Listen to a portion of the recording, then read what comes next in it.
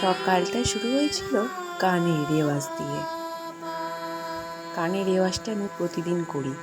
আমার মনে হয় যারা গান শেখো তাদের জন্য এটা খুবই জরুরি যে রেওয়াজ করা, না হলে আমাদের গলাটা ঠিকঠাক থাকে না। যদিও কদিন আগে আমার খুবই ঠান্ডা লেগেছিল, তখন আমি কিছুদিন গানের রেওয়াজ করতে পারিনি। গলাটাই বসে গিয়েছিল, একবার স্বর বেরোচ্ছিল না। তো সেরে ওঠার পর এখন আবার শুরু করেছি গানের রেওয়াজটা করা।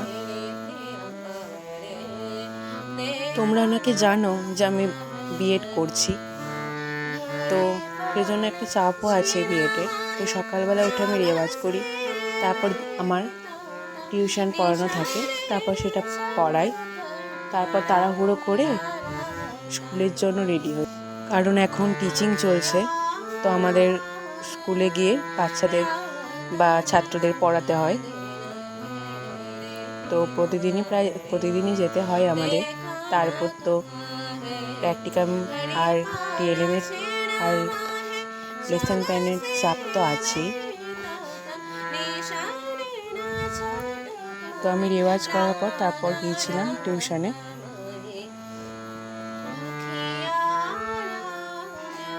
আজ আবার বিদ্যালয়ে মানে যে স্কুলে টিচিং পড়েছি সেই স্কুলে ছিল শিক্ষক দিবস। শিক্ষক দিবস 5ই সেপ্টেম্বর, কিন্তু কাল ছুটি আছে, তো তার জন্য আজকে পালিত হয়েছে। তো সেখানেও আমাদের একটা কোরাস সং করা হয়েছে আমরা সকলে মিলে।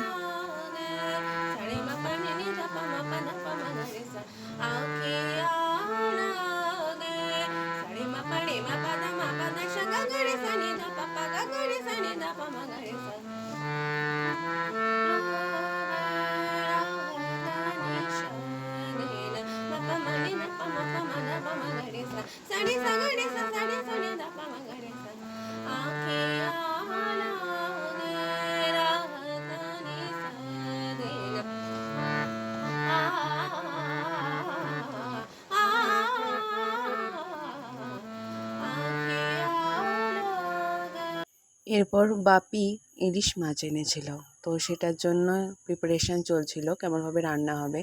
তো আমি বলেছিলাম মাকে যে আমি করব রান্নাটা। তো মা আমাকে সমস্ত কিছু ঠিক করে দিয়েছে, মাই হেল্প করেছে, আমি শুধু রান্নাটা একটু করেছি। ইলিশ ভাপা করেছিলাম, আমি টিফিন কোটোর মধ্যে করেছিলাম।